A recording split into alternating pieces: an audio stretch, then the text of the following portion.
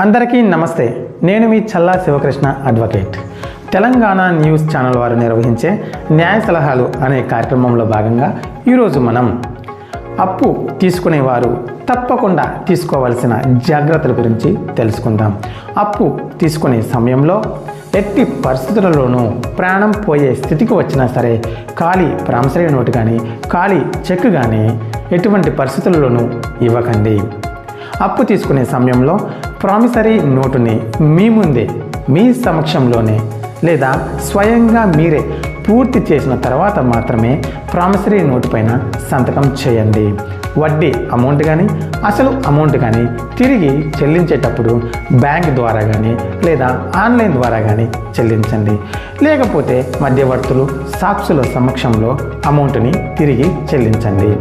మీరు అప్పు అమౌంట్ని తిరిగి చెల్లించిన వెంటనే మీకు సంబంధించిన ప్రామిసరీ నోటుని లేదా చెక్ని లేదా మీకు సంబంధించిన ఏవైనా డాక్యుమెంట్లు వారి దగ్గర ఉంటే వెంటనే వారి నుంచి తీసుకోండి.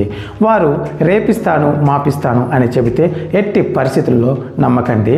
వెంటనే మీరు అప్పు తిరిగి చెల్లించడం ఆపివేసి అక్కడి నుండి తిరిగి వచ్చేయండి.